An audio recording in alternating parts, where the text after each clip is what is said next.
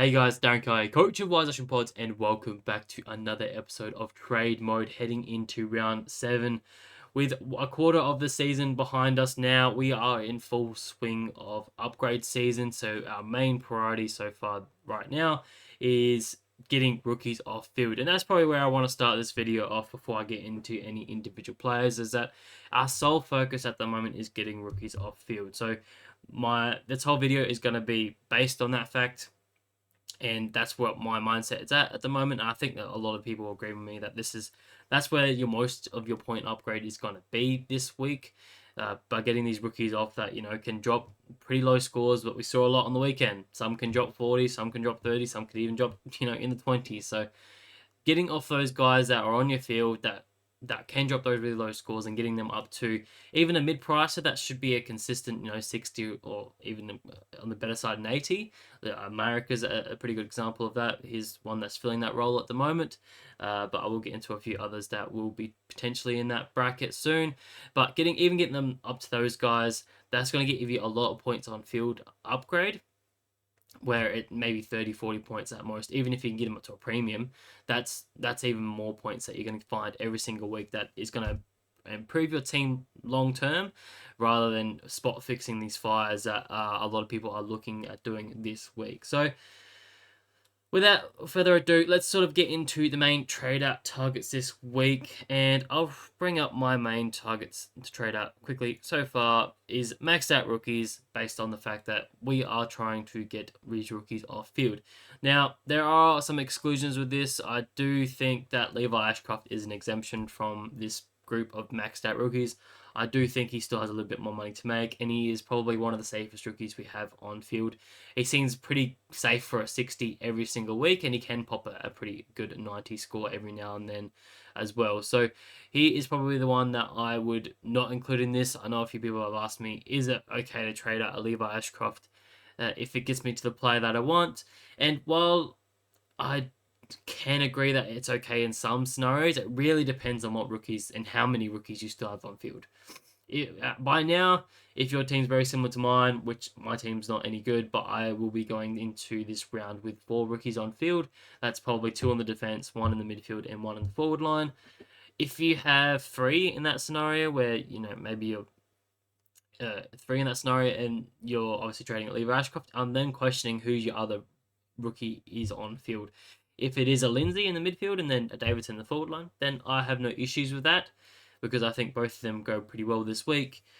Davidson probably I have a little bit less confidence with, but he's still a very good rookie and hasn't dropped below a 16 in a little while. So he's probably very similar in that boat, and I'll probably have Lindsay in that sort of same category as well, even though he isn't at the max price just yet. So these maxed out rookies really are your trainers, your Moraes, if I can get the name right, your Max Halls, O'Sullivan's, Reeds, all these guys that are really having high break evens now, that have dropped lower scores in recent weeks, and their money on their head can get you up to the best player possible. So obviously, we're always going to lean towards the guys that have the most money on the head. Trainer's a very good example of that. He has 513k on his head at the moment. High break even of 58. But if you can get off someone like a Zach Reed, who I expect not to do as well this week, particularly with a bit of a wet weather game on Friday night in the Anzac Clash, he is probably one I jump off first before a trainer who probably is a reliable one you could put on field this week, with the news that Noah Bolter is not going to be playing, and fingers crossed that means trainer starts on field and plays well, as we have seen him do for the past month, realistically, before that, with a good 70 score, especially against Melbourne, a really good matchup. We know how much they love to give away the ball. But again, they play Thursday night, so we will get to have a look at him. So my opinion is that you should be holding him if you need him on field. If you have, if you don't need a rookie on field, you've already got a bias there, and you've if you've got no other rookies on field in that defensive line, then I have no issue with him going. It's really just situational, depending on where your rookies are on field. I think most people have at least 2 rookies on field. If you didn't have 3 last week, then you should definitely be trying to get to 2 this week, and then that's where a trainer sort of stays in that pack. I just think he's more than likely goes back to his 60, 70 sort of ways this week, as long as he gets in the team. So that's my thought process around this entire week. If you have more than 4 rookies on field, then you are probably lacking a bit behind. And yes, then you really should be prioritizing everything you can to be getting as many rookies off field as possible. If you're in the scenario that you have 3 and you're probably one step ahead, then you probably can take a bit of a hit and bring another rookie on field if you really need to, and it brings you back to the pack. But I would always encourage people to keep one step ahead of the pack, and obviously one rookie less means you have more points on field and you should be scoring much better than everyone else. So always trying to get one step ahead is the main goal, especially this time of year now that we are in this upgrade season, as it has been for the last couple of weeks. But we're really starting to see now that these rookies are starting to max out. So it's really optimal time to jump off these guys. And that's why I have the failing mid-prices at number 2. With a lot of people looking at, with some poor scores last week, particularly like Will Ashcroft is probably the perfect example. Dropped the 41 on the weekend off the back of 3 tons. Here's the example of, yes, he is a failing mid-pricer based off last week, but before that he was perfectly fine. So there's every chance he goes back to being a 100+ player this weekend. So in my situation here, I would not be trading out Will Ashcroft. I think you picked him for a reason. He's either coming to your side recently or has been in your side since the start of the season, and I would be holding him because there's every chance that he's, again, 100 player this weekend, especially against St Kilda. We saw what a lot of the Western Bulldogs players did to them last week. There's every chance that he has a bit of a ceiling score this week. So I wouldn't be jumping off Levi Ashcroft specifically this week, but that also goes with a lot of other mid-price players that are failing at the moment, that are sort of in that top range, that they're sort of close to the top guys, but not really close enough to be classified as a premium. So Will Ashcroft is a perfect example. I think another one for my team specifically is Miles Bergman. Tom Powers, another one that I probably should mention. He's doing well enough that he's not absolutely killing you. Like 70 plus is okay. He's not hurting you in that scenario. Yes, he's not being that massive guy that you expected him to be, where he's averaging over 90 or even into the hundreds. He hasn't done that all since round 1. But he's not absolutely hurting you that he's a priority to move out, because at the end of the day, he is still much better than a rookie. And the point upgrade you're going to get from a rookie up compared to a power up is going to be much more significant from a rookie up. The only scenario I will say is that you're trading out one of these mid-price players is if their role has significantly changed. And that probably leads me into my boy Miles Bergman a little bit, with Connor Rosie back in the backline a little bit more, obviously quite full-time at the moment. Has that changed his role? I don't think I saw enough on the weekend to say that it has. I just think he got burnt a fair bit. And obviously he wasn't being used as that distributor off halfback, particularly on the weekend, with obviously Farrell and him and Rosie going off quite particularly. So that could easily flip-flop every single week. I do want to give it one more week. As I said, I think these failing mid-prices, it's not to be too reactionary that quickly. If there's still, if he goes poor again next week, which I'll put a line and say he probably needs to go 80 plus for me to be one that I need to trade out next week. But then he still has plenty of money on his head next week to then get him up to that uber premium where he'd be about 700k. Won't be too much to trade out another rookie and then get him up to an uber premium. So that's my thought process behind Miles Bergman particularly. I know that's very unique to most players, only like 3% owned, but I know a few people have asked me that. So I'm looking at holding him, but that probably goes along with a lot of other mid-priced guys. Sam De Koning is one that falls into that category where his role has changed significantly. He went from this ruckman, now he's just a key defender, so he doesn't fall in this category. He falls in a different category that just needs to absolutely get going. He's just rapidly losing cash and not putting enough score on your field at the moment. So he needs to go. But to get into some specific responses and specific players. Now, Moraes is probably one of my highest targets to remove from your field this week. removed from your team this week because he does have a significantly higher break even of 52, and he will start going backwards as of this week. Up against North Melbourne it's a pretty tough matchup, particularly surprisingly this year, and dropped a 40 and a 30, so there's every chance that he does below that and starts to lose some coins. So if you can trade him at his top price, then I would absolutely try and get him out of your team. So yeah, there's that one. But there's every chance that he could put up a decent score and start generating a little bit more cash. He's only 450k. We only traded him in 3 weeks ago after that 93. So it's a bit disappointing to see that he has dropped off so quickly, but he does have about 150, if not 200k on top of his head that he could get down to someone like a Tunstall this week. That's nearly 200k that you could put on top of someone else. So that could be your avenue to a decent trade. But more than likely, you have to trade out one of these top dogs, and that's where we run into Max Hall. If you have him, he's probably one of the highest ones I'd have traded out this week.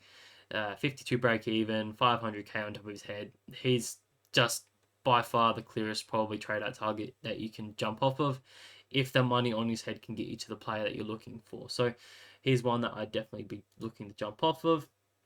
Finn O'Sullivan's a difficult one because he really has no money on his head. You're probably only cashing out 100k, so it's really, really difficult. But again, if you can jump off these guys that are lower priced and keep the guys that are higher priced that are probably still making a little bit of money, like a Davidson's a pretty good example of that. Still has a little bit of a lower break even. I'll just have a look at him. Lower break even of 34. We'll probably still beat that pretty comfortably this week, even though it is up against GWS, who are a bit of tougher matchups. So he may hit just a 60, make another 30 or something K. So if you don't have to trade out a Davidson, I wouldn't. But if he's the only one that sort of gets you up to that player that you're really looking for, then I would absolutely be doing that. So that's the way that I look at that. And he has left my team this week so far. Zach Reed is another one. Absolutely can go. I don't see him making much more money this week. It is going to be a bit of a wet weather game on the Anzac Clash, so that is not particularly good for these key defenders that are intercepting and also chipping around the halfback. So I don't see him doing very well, and I do think he probably hits close to that 30. So I don't think he loses money this week, but it's either jumping off him this week or jumping off him next week. You make your poison there. So I'd be jumping off them. We also saw Collingwood be quite restrictive to players last week, particularly. That was at the Gabba, so it's a little bit different. So I'm not expecting that again, but it is something that we got to be aware of, that they are quite restrictive at the moment. So I just don't see a world where we'll be keeping him long term. He's either gone this week or gone next week. I'm looking to hold him to next week just because I need a little bit more money on top of his head, someone else's head, to get to the player that I want, which I'll show you at the end of this video. Unfortunate for Sam Darcy owners that anyone jumped on him early in the season. He's now done for a couple months, so I probably could have put that in here, but I didn't think there was that many relevant injured players that needed to be traded out, so I didn't put it in there. But yeah, that's unfortunate for those unique owners there. I already spoke about Tom Powell. I think he's in that hold camp. Up against Port Adelaide is a tough matchup, but again, I don't think he's hurting you that much. Unless you saw a significant change in his role. I thought he slightly dropped in his CBAs. I can probably even just quickly look at that with you guys here. So slight drop. It wasn't a huge amount. 10, 15% isn't that much to be worried about. So I wouldn't be too concerned with that. I think it's definitely worth having another look. Like I said, I still think the ideal position you are in is to jump off a rookie to get that maximum amount of points on field rather than a Tom Powell. If he drops a sticky score this week and again the role changes, then definitely do it. But I wouldn't be doing it based off like a 1 week sample where it's gone poorly. So don't worry about that. They also got smashed in that game as well. I think they lost by like 80 points. Hopefully they are a bit more respectable against Port Adelaide and Essendon in the next couple of weeks. So please consider that. Sam Draper, again, unfortunate for those owners that jumped on last week with the Achilles injury. Luckily, he did score well enough for you with a 95 in that. It was looking on for like a massive score. He was going to go 120 plus and was definitely looking like a good option. So that is just very unfortunate for those players, those coaches that did jump on. But luckily, you did get a decent score out of him before you having to have a forced trade there. So he needs to go. Corey Warner's another one. I won't dive too much deeper into these players because it starts getting very unique. But again, Saligo falls into that probably failing mid-pricer category. His role hasn't changed, so his role is still very similar. He even had a lot more CBAs than what he normally does on the weekend, I think, with peteling out. So 79 from him was probably expected from a harder matchup in GWS. So he's just in that category where he can pop a 110 at any point this week, this year, or sorry, in the next couple of weeks. So I'm just happily to hold him for now. Hopefully he can pop up a few decent scores over the next couple months leading into the buys before leading to trade him out. But fingers crossed he can put it together. Besides that, again, all the guys that you probably should trade out. There's nothing wrong with Oliver. I don't see why you trade him out, particularly this week against Richmond. That's a very fruitful matchup, so you're definitely holding him for that. He's even a captain option if you want to go there early on in the week. So no, I don't think that's something that you're looking to trade out. So don't be doing that. That's just a bit ludicrous in my opinion. I think that's probably where we'll leave it. I think it gets very unique down the bottom here. So now we'll move into the trade in targets. And again, I'll go through line by line. So I'll go defenders first because this is probably the trickiest area at the moment and where a lot of people are shopping because, again, a lot of people had the 3 defenders last week. You're trying to change it to 2 this week, so you're really looking to trade in at least a mid-price defender at least. So that's where we will start with where my thought process is with the defenders. And it probably hasn't changed too much from last week. I think I had a very similar list from last week. But my opinion, if you can get up to the top player, it is Jack Sinclair as number 1. I just love the run that he has coming up, particularly for, designated kickouts. Defenders, looking at it here, it's just a lot of green up into the buy. Around 13 buy is also a huge factor that I'd be considering. So if you can get him, he's definitely one worthwhile grabbing. But I understand not many people have that amount of money. Number 2, I have Max Holmes. Now, obviously, he's going to be a bit of a yo-yo. I don't even know where he's on this list. There he is. He's a huge yo-yo. He's gone well one week, poor the next week, and vice versa for the first 6 weeks. So there's every chance that you'd expect pretty much a ceiling score from him this week. Against Carlton, a pretty easy matchup as well. They have given up a fair few points. I don't see much of a tag coming. They have used Hewitt in the past, but Hewitt's just doing great at the moment with just grabbing the ball. So I don't see that happening too much. So I don't think there's much of tags. So there's every chance that he does well.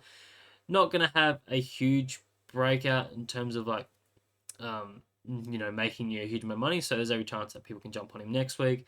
But his run also isn't the greatest. So that's why he is a little bit lower behind Jack Sinclair particularly. I'll just show you that here. Where is Geelong? So Carlton this week is easy, but then goes into 4-week stretch of pretty tough matchups against Collingwood, GWS, Port Adelaide, and Western Bulldogs before returning to the best form. But at the end of the day, you're trading him in and you're going to be holding him for the rest of the season because he should be part of that top 6 defenders. So I wouldn't go away from that, and especially because he's a bit of value at the moment. I think he's priced at just below 95 or just around that 95 range. So we're expecting him to go 100, 105 for the year. So yeah, there's a bit of value there, as I've said for the last couple of weeks. So he's number 2.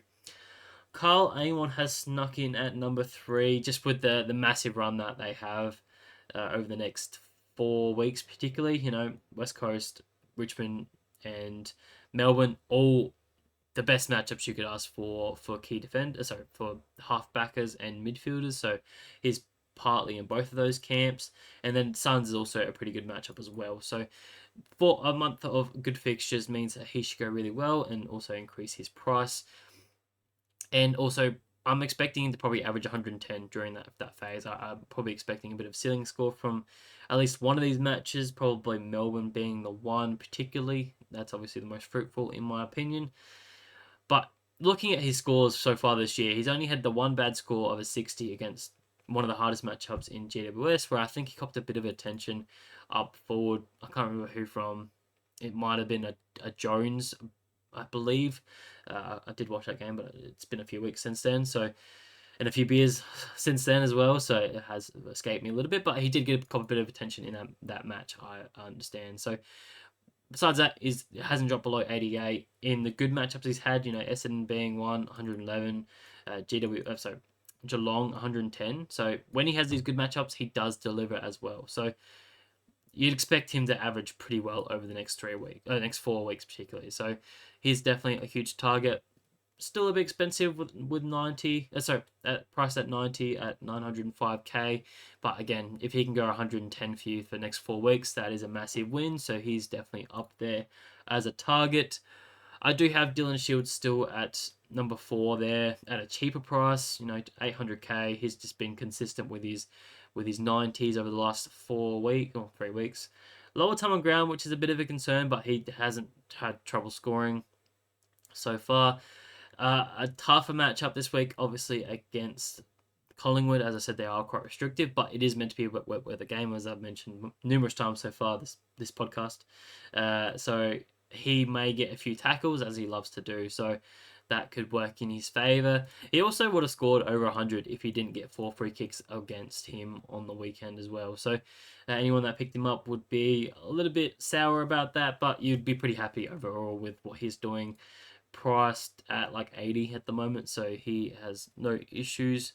Just checking that. Yeah, priced at 80, just a little over 80 at the moment. So yeah, if he can go 90, 95, then you're still winning in that trade, and he's someone that you could run through to the mid-season buys with a decent fixture.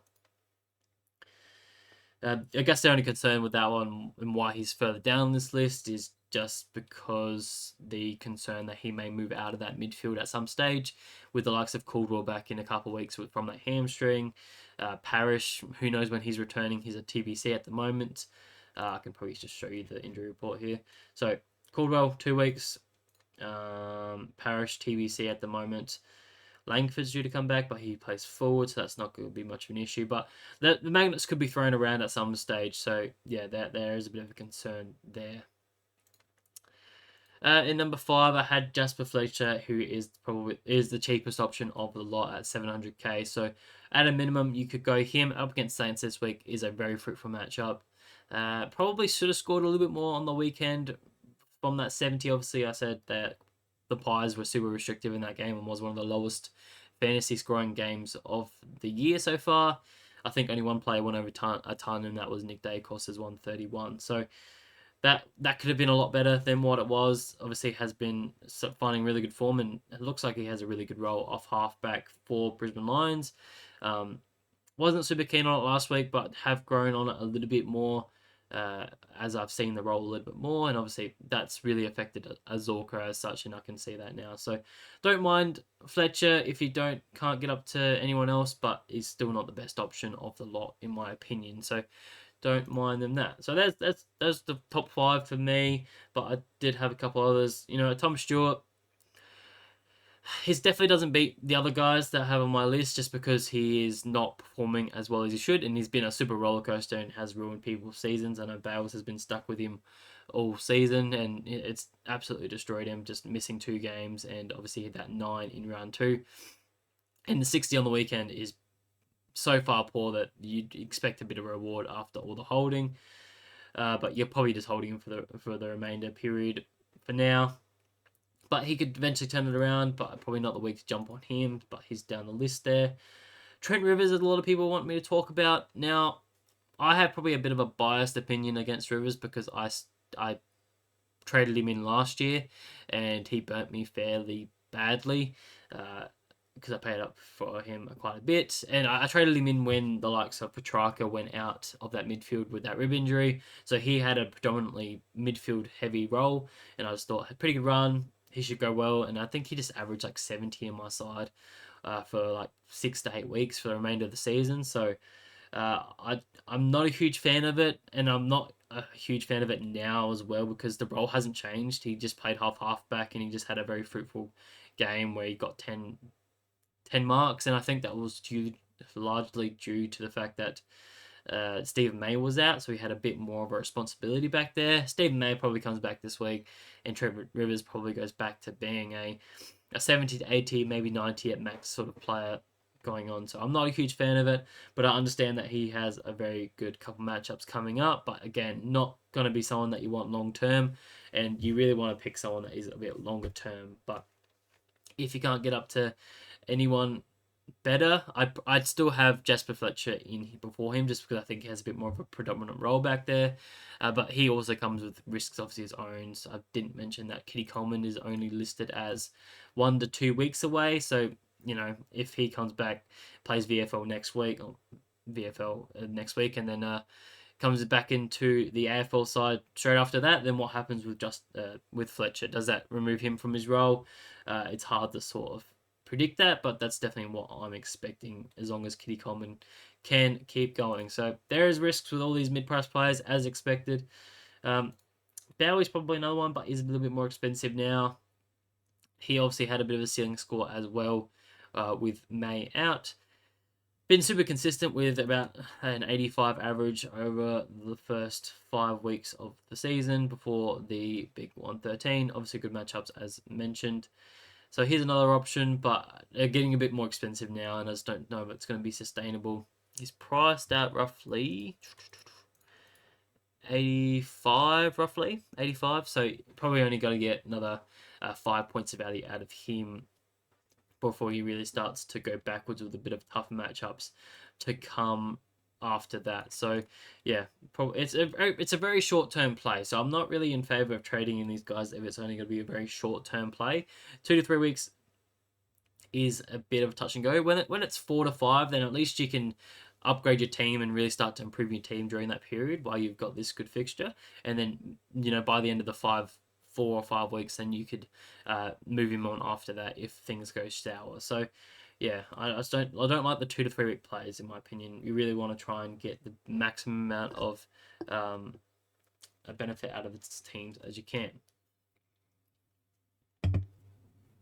A couple others I'll quickly touch on as well. Noble getting very expensive now, 865k. So he's nearly priced at 90. I think he's priced at 88 roughly. So I don't know how much more upside he has. He's had a few ceiling scores, but also some lower games and tougher matchups. 2 very good matchups the last couple of weeks.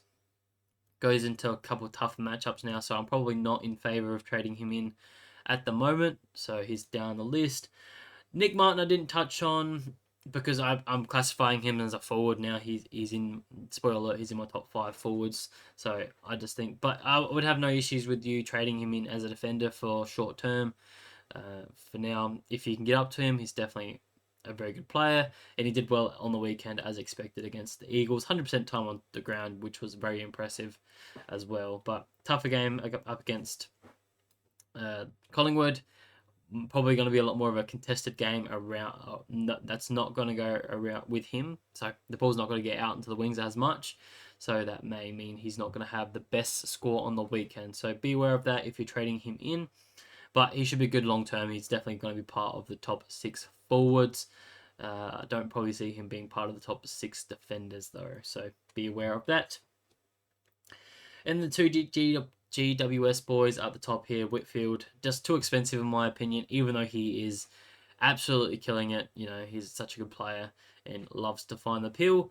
Tougher run, as I said, coming up a little bit, so I'm not super in favor of just trading him in, but I understand the scenario that you just want to get rid of the nonsense and just go up to the best player you can. So I understand that, but look at what's happened with the likes of Zorko and Whitfield. Zorko in the past, and also Merritt on the weekend as well. A lot of people paying up this top dollar and they just drop stinky scores. So there's every chance that happens here. Western Bulldogs have surprisingly been a bit restrictive with their halfbacks at the moment. So I'd be a bit concerned with trading in a Whitfield at this stage. I'd definitely go with a bit of a cheaper option. And that leads me into Lockie Ash. A lot of people have asked me about Lockie Ash particularly.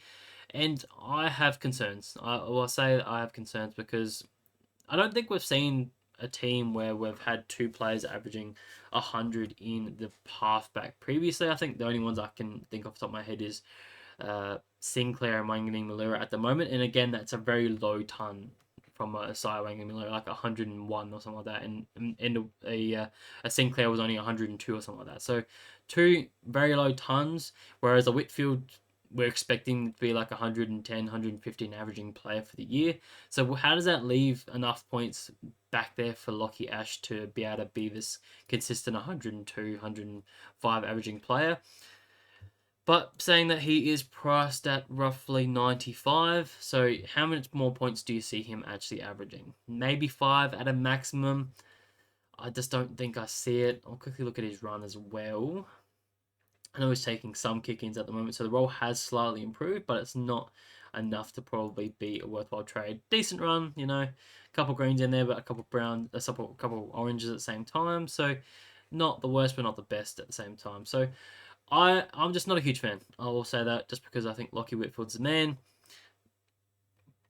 But I'm not going to stop you from trading him in. I think he's definitely someone that you could ride for a little while if you're confident with him. But I just don't see it being sustainable, even though he's done it for at least the last 4 weeks. A couple good matchups in there, but also a couple really tough ones at the same time. So yeah, I just don't know really how to feel about it. I'm not confident with it, so I'm not doing it. But I won't stop anyone else doing that at the moment. I think the ways most of the points are coming from is just Whitfield's taking the kicking it to Lockie Ash, and then he's obviously bombing along. So then that's a +6 for him every single time. So he's just getting massive amounts of points off that transition. So yeah, see how about that. But that's all the defender options I think I needed to talk about. I don't think there's any others that I needed to discuss about here. Josh Jacobs, I probably should have mentioned, is another option that you could look at, but again, quite expensive, not really getting much value out of him at all, priced at 90. He might be a 95 averaging player, as we've seen him in the past, but I still have concerns with the likes of Houston back there, how that affects his scoring output. So I wouldn't be jumping on just yet. I think we've only had like 3 games with Houston inside, and I think he's had a couple poorer ones in there. So be concerned with that. But we'll move off of the defenders and we'll move into the midfielders, where a lot of people will be looking this week. So my top 5 trading targets for the midfielders is Nicky Dacos at number 1. While he's still a little bit of value, he's priced at 107 at the moment, so he has jumped up quite significantly with that 44k on his head from last week. But he is just the star of the competition at the moment. His last 4 scores, 3 of them have been over 130, so he is just finding a way to get it done, even with some attention. I know the likes of Brad Scott has already said that they're going to potentially put 2 players on Nick Dacos this week, but I think we've seen enough from the likes of Essendon that their tags haven't been super restrictive. I think we saw Dawson go 120 plus. Rosie did fairly decent against them as well. I can't remember any others, but I think they'll be fine. So he's definitely one that you want to grab hold of and just hold for the year. It's going to be a bumpy ride, as we all know. As I've mentioned previously, he's going to get tagged every second week. But he's definitely one that is going to be part of the top 8 midfielders for the year. Number 2, I have Ned Long, and that's probably a bit unusual because he is so much more cheaper than the rest of the guys on this list. But I just love the value that he's going to bring. I think he's got a really good role at the moment where he's shown he's got a lot of value in that midfield, being that grunt player for Collingwood. And it's probably reflected in a lot of how well Nick Dacos is going. Like when he's played the 4 games, Nick Dacos has just gone absolutely ballistic. So I think he's going to be one that stays in that midfield a fair bit from now on. And priced at, I had it before, he's priced at 60 roughly. So if he can go 80, that's 20 points of value, and that's something that you don't want to miss out on. Again, really fruitful matchup coming up with Essendon as well. Not going to cop much attention, as we know. Dick Dacos will be the main target. And wet weather game, so that means the tackling machine in Ned Long is just going to get 10 plus tackles and put up a very good ceiling score for us, I'd expect. Also should mention that 81 was probably a bit lower than what we should have expected. Again, it was a very restrictive game. I think he was like the 4th or 5th highest scorer of the game, and the 81 was very unexpected to be that low as a fifth highest scorer. So, in any other game, that probably would have been closer to 100, if not 95 sort of plus. So he looked really good in that game. I really love what he's going to bring, and I'm bringing him into my side this week potentially, as long as teams don't screw that up. We'll see how we go Thursday night. But yeah, he's probably the perfect example of if you're struggling with cash generation, also with a bit of you can't get up to the top dogs and from your rookies that you're looking to trade out, whether it's a couple cheaper ones and a Moraes and a Finn O'Sullivan, then a Long's a perfect example that at least you're getting a rookie up to a mid-pricer, and that's giving you, maybe 20 or 25 points of uh, points on field upgrade from a rookie that maybe scores a 50 or a 60, especially from two rookies on your bench as well, is definitely a massive upgrade in my opinion. So he is a pretty good one.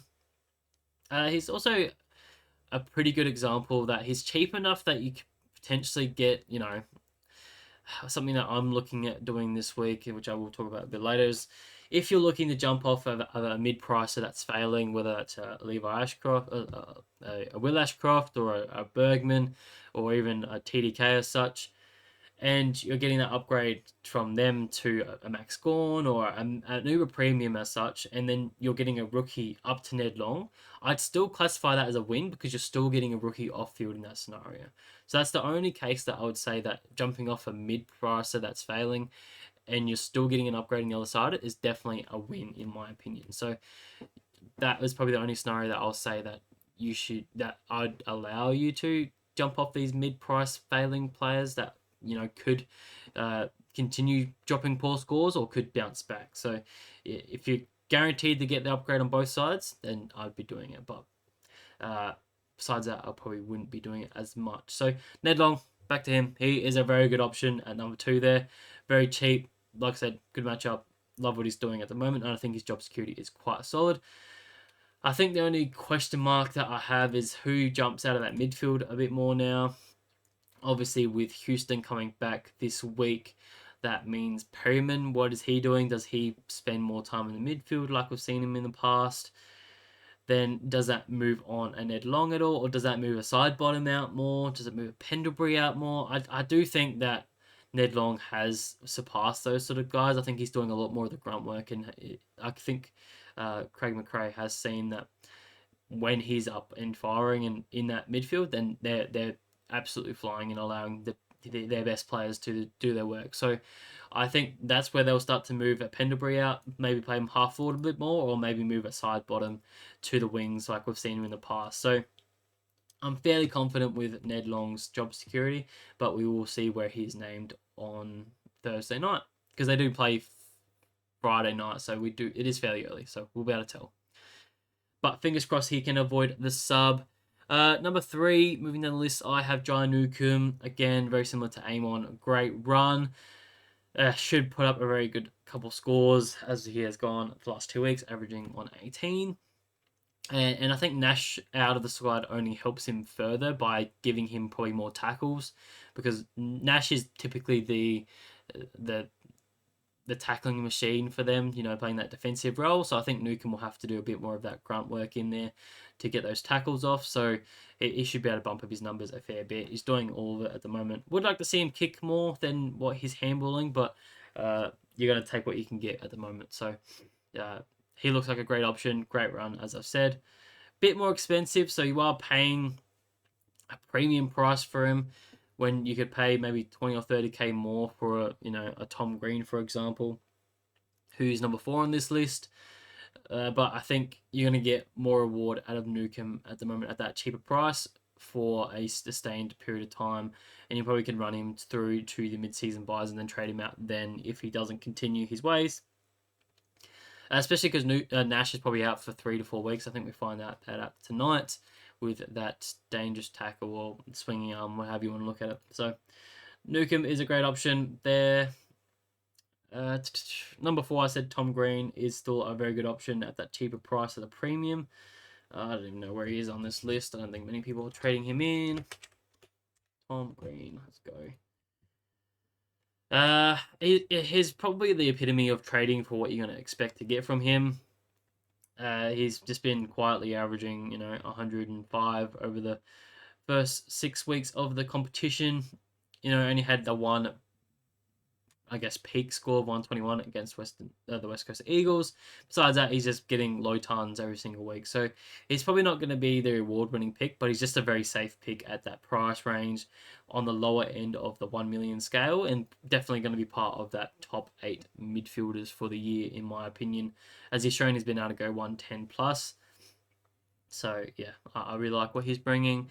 And finally, of the top 5, I've gone with Timmy Taranto up against the Melbourne Demons this weekend. Lower price of 925k. He's gone pretty good over the last 3 weeks, 102, 97, and 120. So he looks like he's finding a bit of form, and also the Tigers are finding a fair bit of form at the moment. So there's every chance that they can get over Melbourne this weekend. So I expect them to go quite well in a very fruitful matchup. But he is on the lowest scale of things, just because there's every chance that he goes back to being a 85 player very quickly, and you're paying overs at that. So it is quite risky. I don't think we're going to see the Taranto of old, where we see him be a 115 player. That I think that's very ludicrous. At most, I probably see him being 100 to 105 averaging player for a little while, but I don't think it's going to be sustainable for a long period of time. Looking at his run as well, I think it's very up and down. So yeah, Melbourne this week, good. Hawthorn next week, very tough. Yeah, so one good, one bad, one good, one bad, one good, one bad. So up until the bye, pretty much. So yeah, you're going to ride it, and he's going to be a bit up and down, but he should be fine for the long term.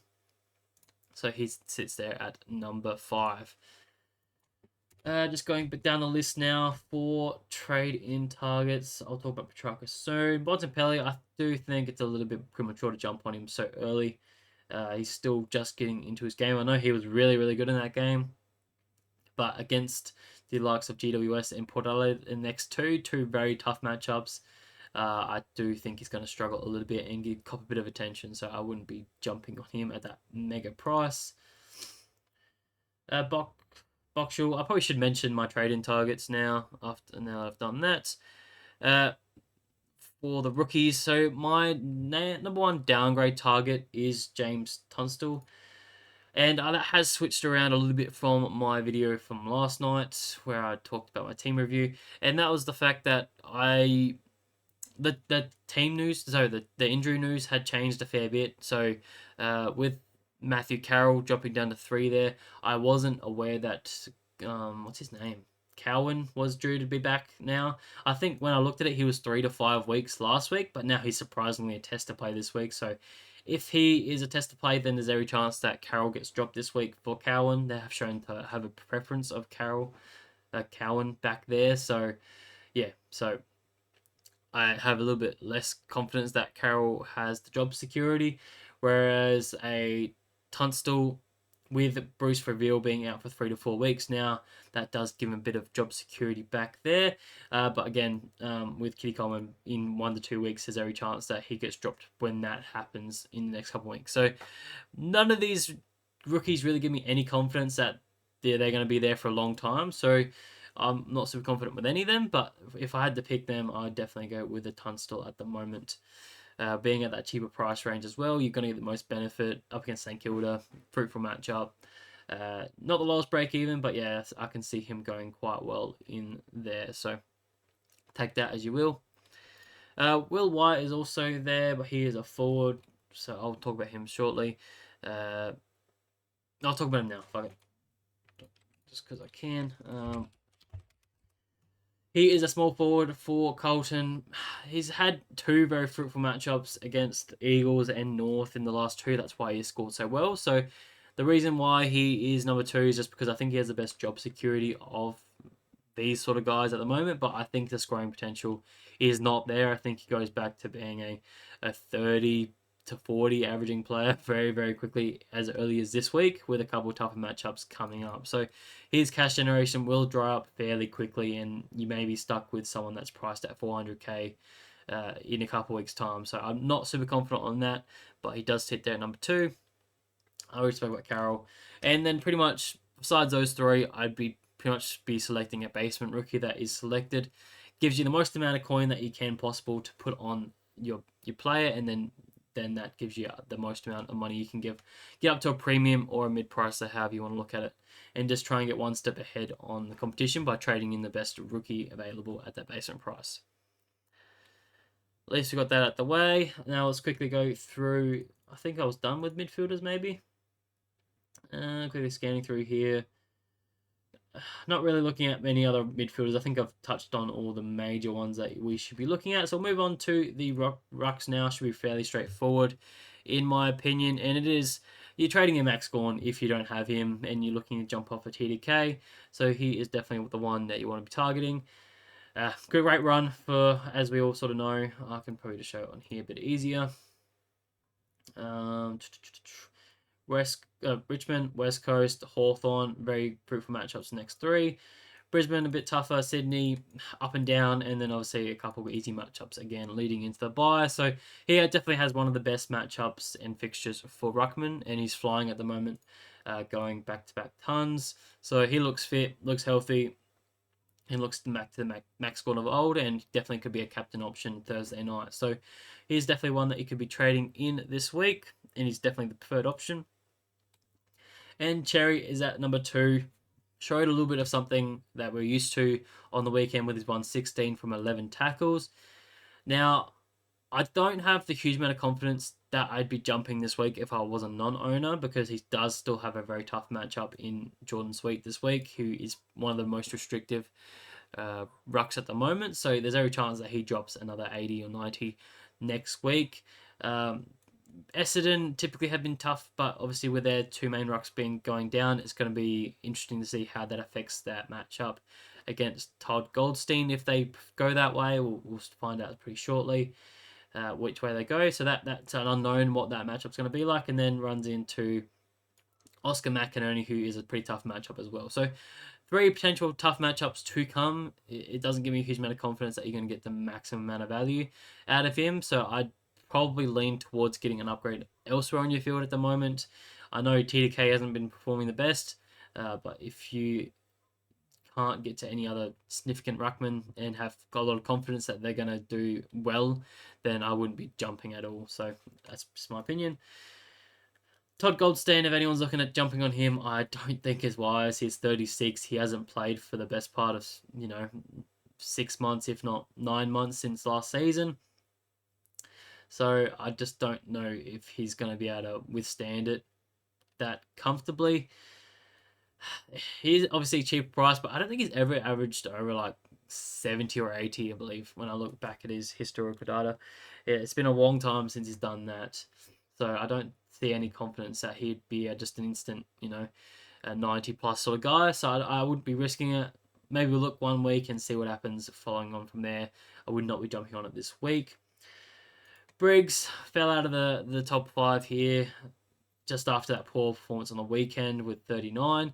Was a very unusual game though, with a bit wet weather game. You expect him to go pretty well in that game. 7 touches, 4 tackles, quite a few free kicks against, and only 13 hitouts is very disappointing. But his run does really open up from here, so I wouldn't be surprised to see him return to some form very, very quickly. But I just still wouldn't be jumping on just yet. I don't know. Throwing up 39 definitely throws in a few issues, so be careful with that. But I wouldn't stop you. Besides that, I wouldn't be jumping on any other ruck.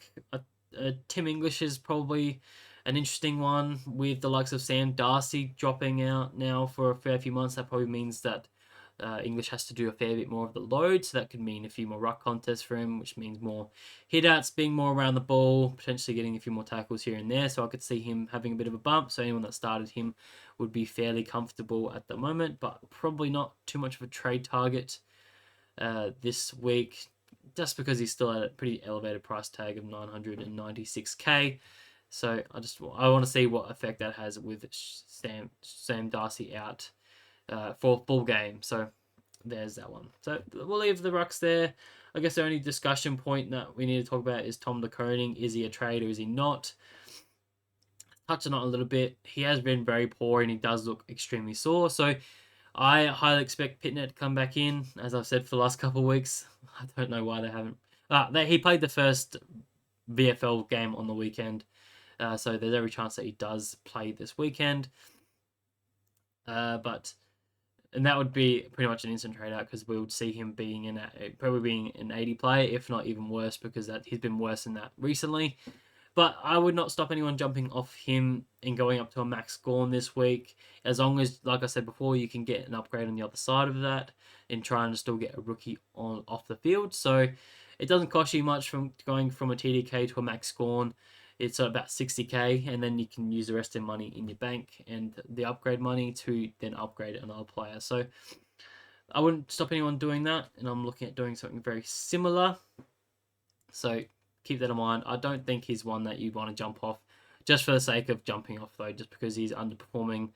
Again, there's every chance that he pops up a decent score this week with 100 points against his brother. Well, he's not up against his brother, he's up against Stanley, but against Geelong, who have been known to be quite an easy matchup. So every chance he goes well this weekend. So if you're not getting an upgrade elsewhere, then I wouldn't be doing it at all. So please consider that.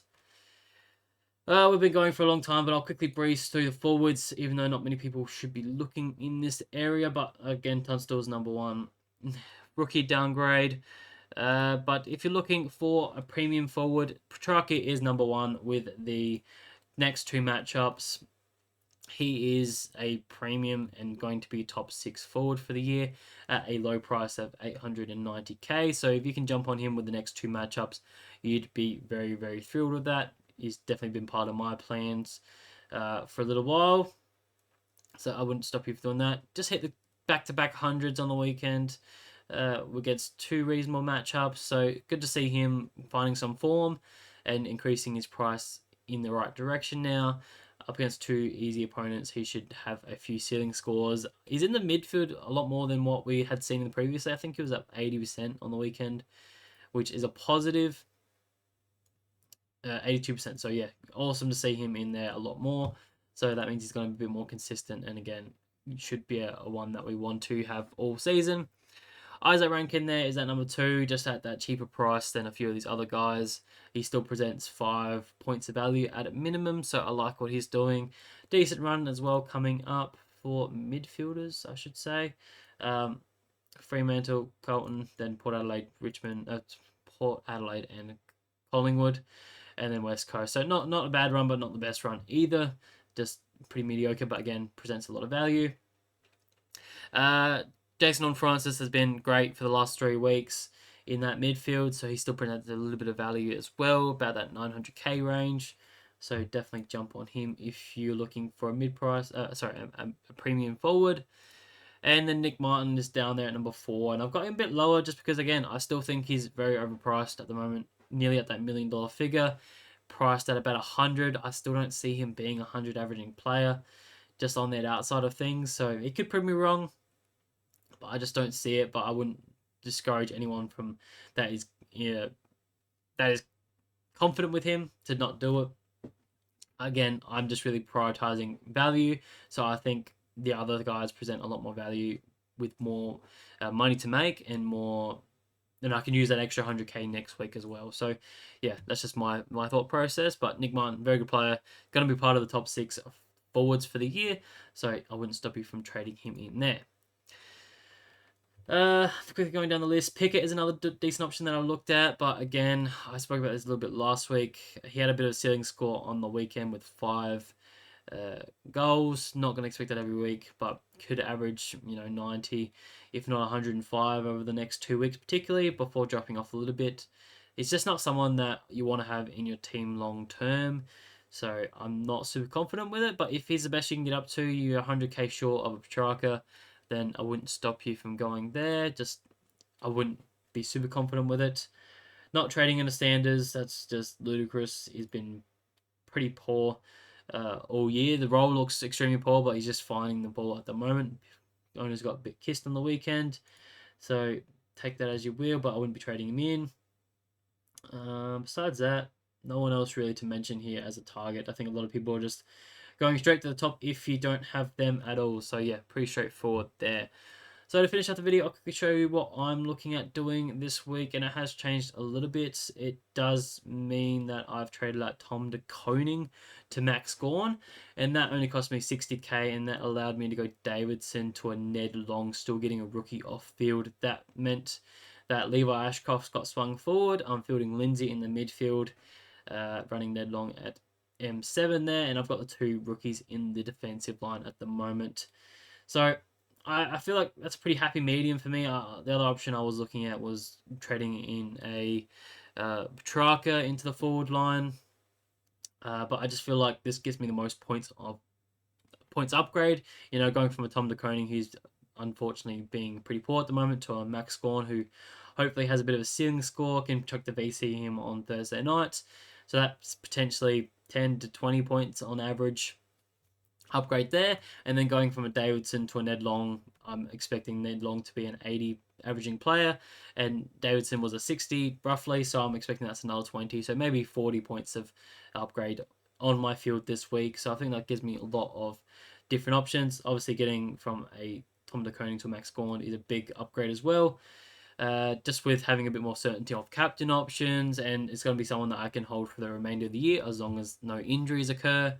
Also, just getting points every single week, being a bit more unique, getting off the Tom de Koning train. So trying to move in the right direction, and I feel like these trades give me the most benefit. So that's how I structure up so far this week. But yeah, hopefully you guys have enjoyed this trade mode heading into round 7. If you have any questions, please leave them below or go to my QU link in the description.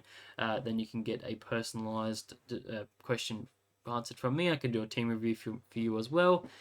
Besides that, yeah, have a great weekend. I'll see you guys for captains tomorrow, and yeah, hopefully you got some information out of this video. So best of luck, and I'll catch you guys tomorrow. Bye.